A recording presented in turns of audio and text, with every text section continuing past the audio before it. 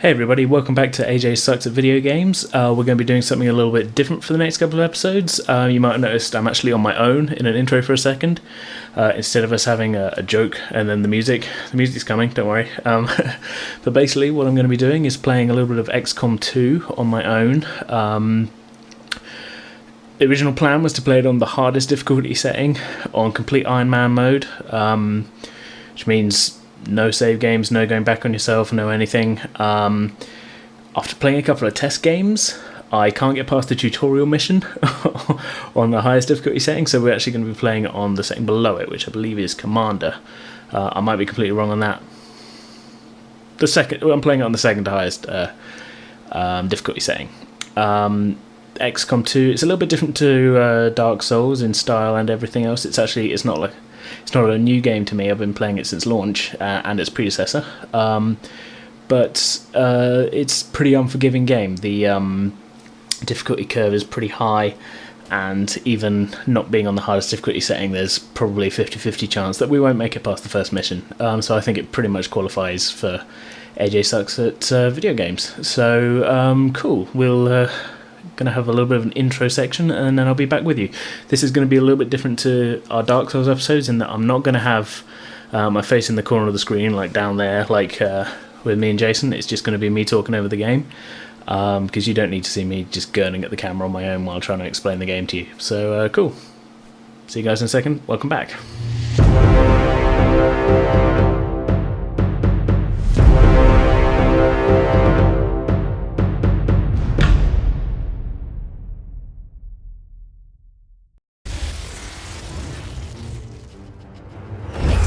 Continues to build as city centers across the globe prepare for the 20th anniversary of Unification Day.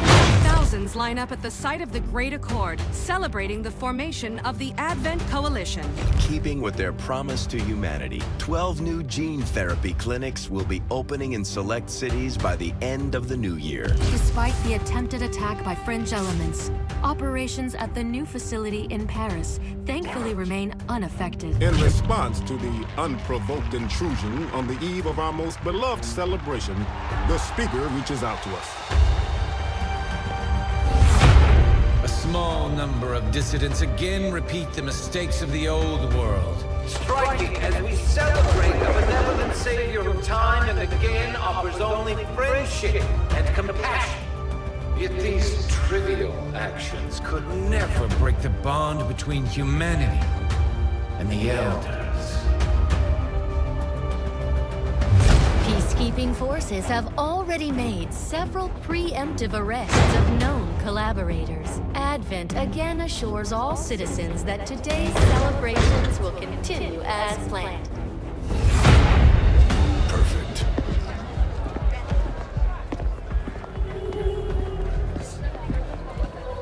The Advent administration reminds you to report all suspicious activity to your nearest peacekeeper.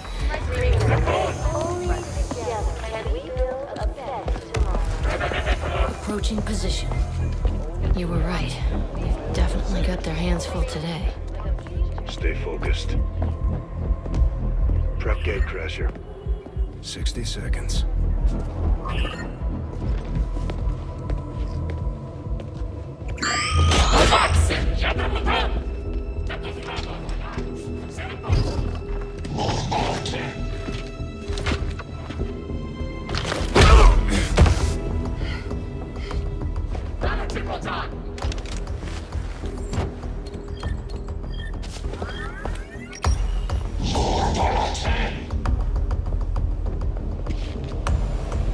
Now.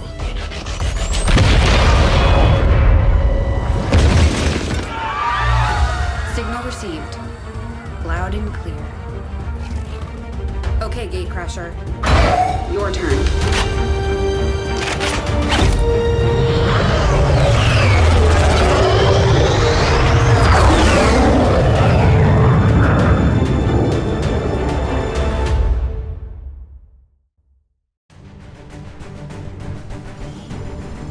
Okay, here we go.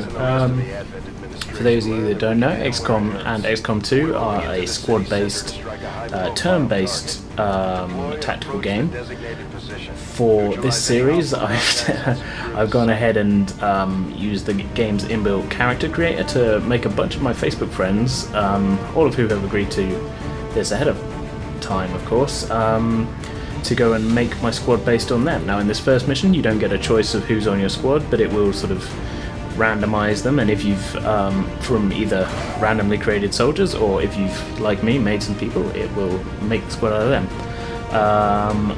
We're going to have to wait till we get into the actual combat zone before I can tell you exactly what squad makeup is, but let's dive right in. This is Operation Gatecrasher.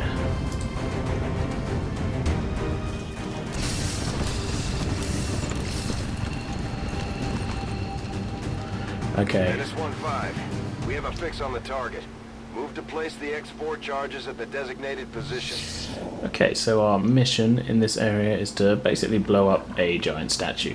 As with a lot of the missions in the game, you start off with your squad in stealth. Let's just take a quick look at the squad. So we're starting off, we've got Magda, we've got Kirsty, we've got Mark, and we've got Nathan, who some of you may know from other videos on this channel and also the podcast that this channel is part of. So that's some interesting to see how all of them fare. As I said in the intro, we're not playing this on the exact highest difficulty setting. We're playing it on the setting below, which I was correct, is Commander mode. We're also playing it on Ironman mode, which means if we die, there's no saving and going back to a previous save. So let's see how things go.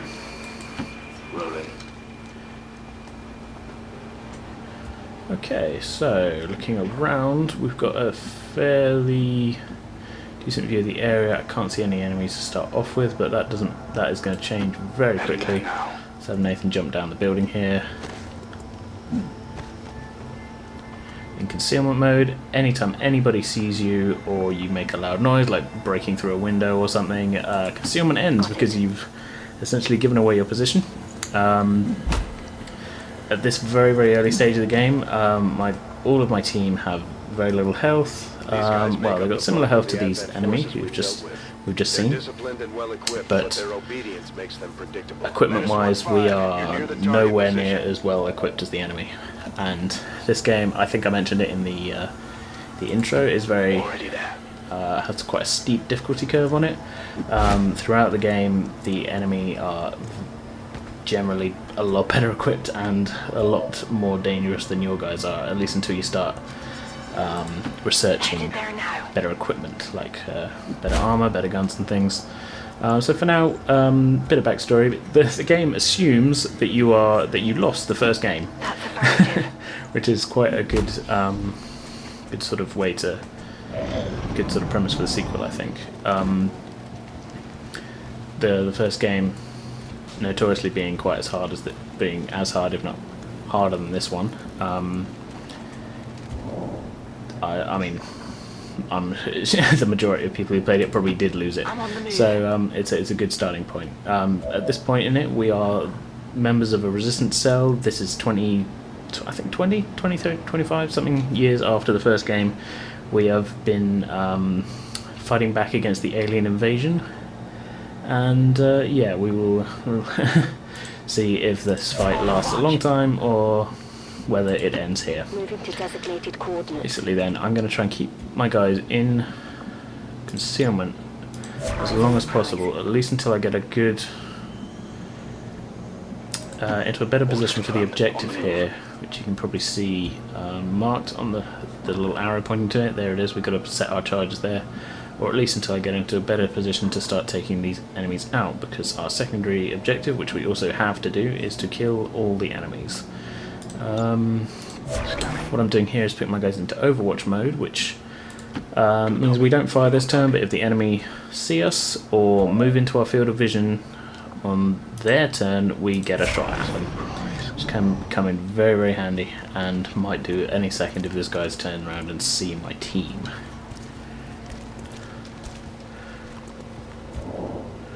Okay. We are now not in a very good position. I think now's as good a time as any, really, to start shooting at these guys. Okay, I've got a couple of things I can do here. I can either fire with my main guns, which are at this point just assault rifles, can throw grenades, which grenades only do, well, do 3 to 4. If I'm lucky, I could take these guys out. Yeah, screw it, let's try that. It's going to be hard, but if I kill 3 guys in one grenade, we'll see what happens. 2 out of 3. I'm very impressed with that. Magda earned a promotion for 2 kills. At this stage in the game, pretty much any kill is going to earn you a promotion, but yeah, obviously the further into the game, the more kills it takes to get your people promoted.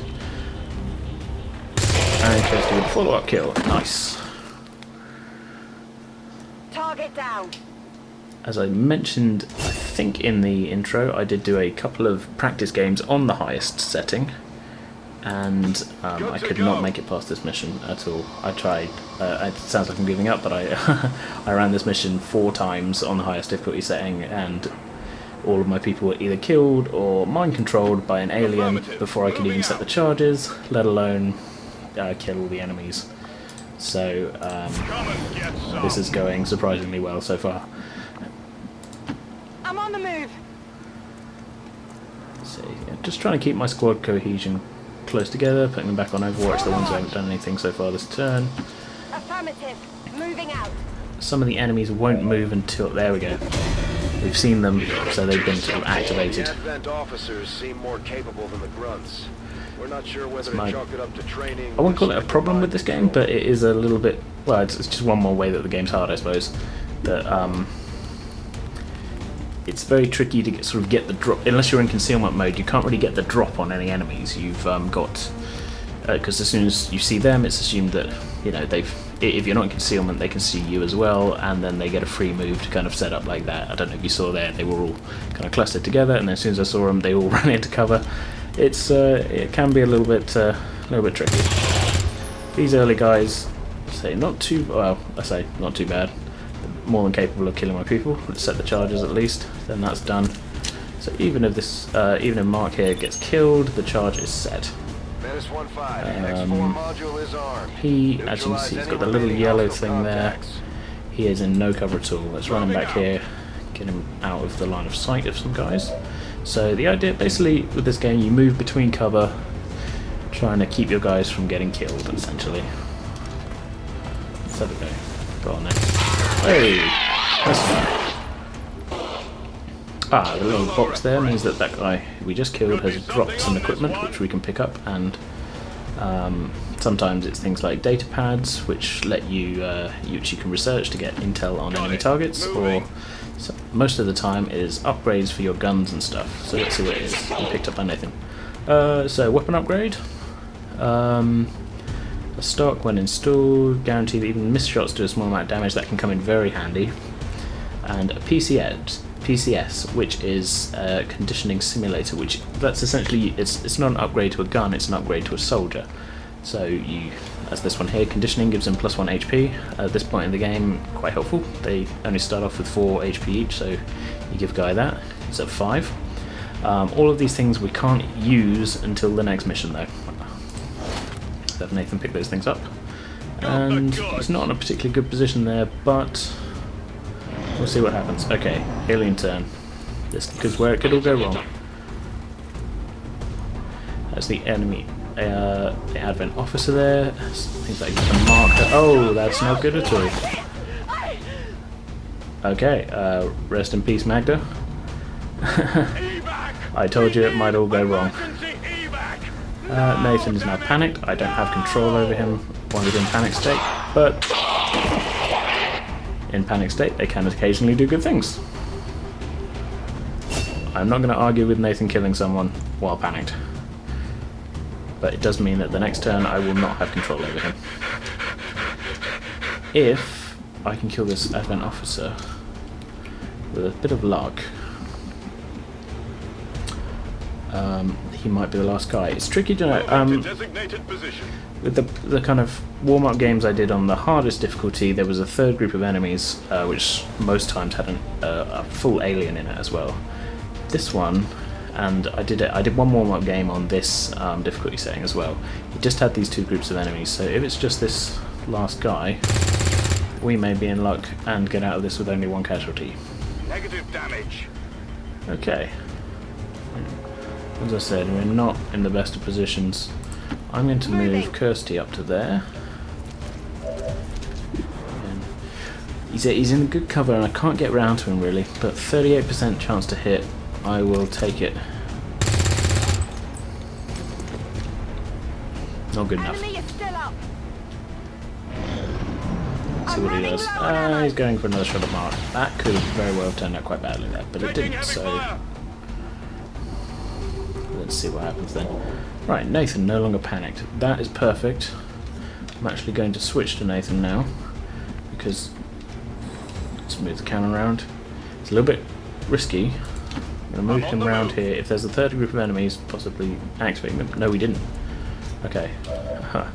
Right, so Nathan, as you can see, the enemy icon in the bottom corner there has yellow, which means he's not in cover at all. Nathan has an unobstructed shot to hit him.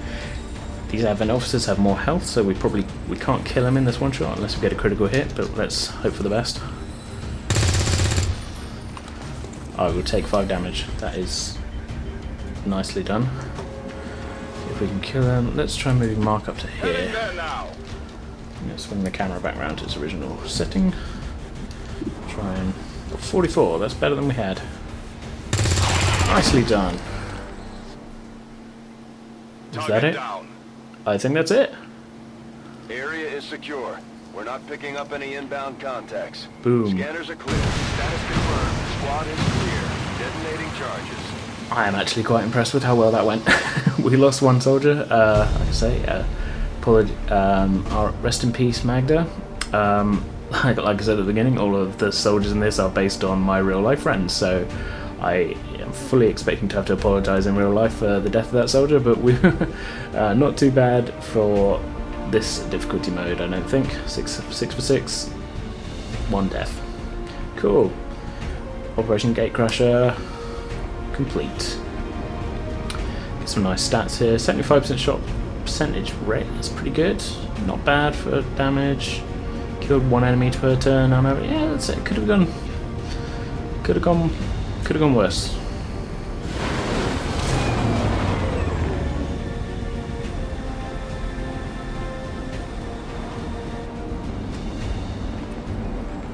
Okay, killed in action. Recruit Pomachaska. Bad times. Right. Promotions. Nathan has been promoted to sharpshooter. Basically a sniper. Sniper rifles and pistols. In the last XCOM game, which is Enemy Unknown and then the expanded pack Enemy Within, every class had access to pistols as a backup weapon. In this one, it's just the sharpshooter. Until they get a lot higher in the ranks, they can, if they move, they can only fire the pistol. They can't fire the sniper rifle. So I guess that that makes sense. This is sort of like, well, got to do something. This level they start off with squad sight, which means they can. Well, you can read it on screen. You can target enemies.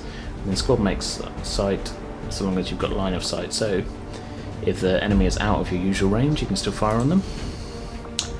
I got a little bonus to health with the promotion as well.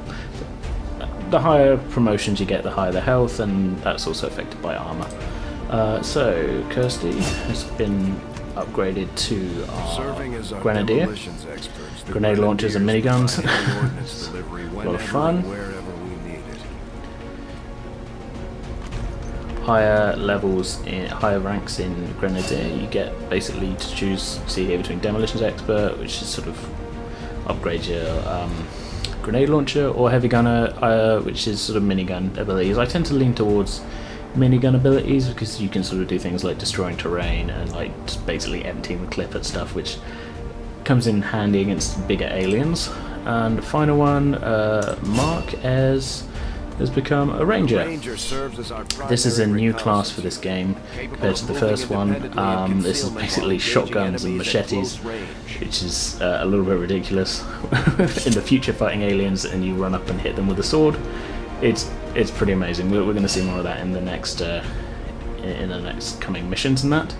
At this point, they just get the slash ability, which is using the sword. But higher levels, you can choose to sort of have them as a bit of a scout, bit bonuses to concealment and stuff, or assault, which is basically bonuses to stabbing stuff. So okay, items recovered. Okay, so we got the things that we picked up on the last mission. Got some artifacts here. You can usually do a bit of research with the corpses if you've got alien corpses. Not so much, I don't think, with your regular troopers, because they're sort of humans that are sort of been altered. But cool. Commander, to the research labs. Okay, I think we're going to leave it there for this episode. So thanks for watching, guys, and we will check back in next time.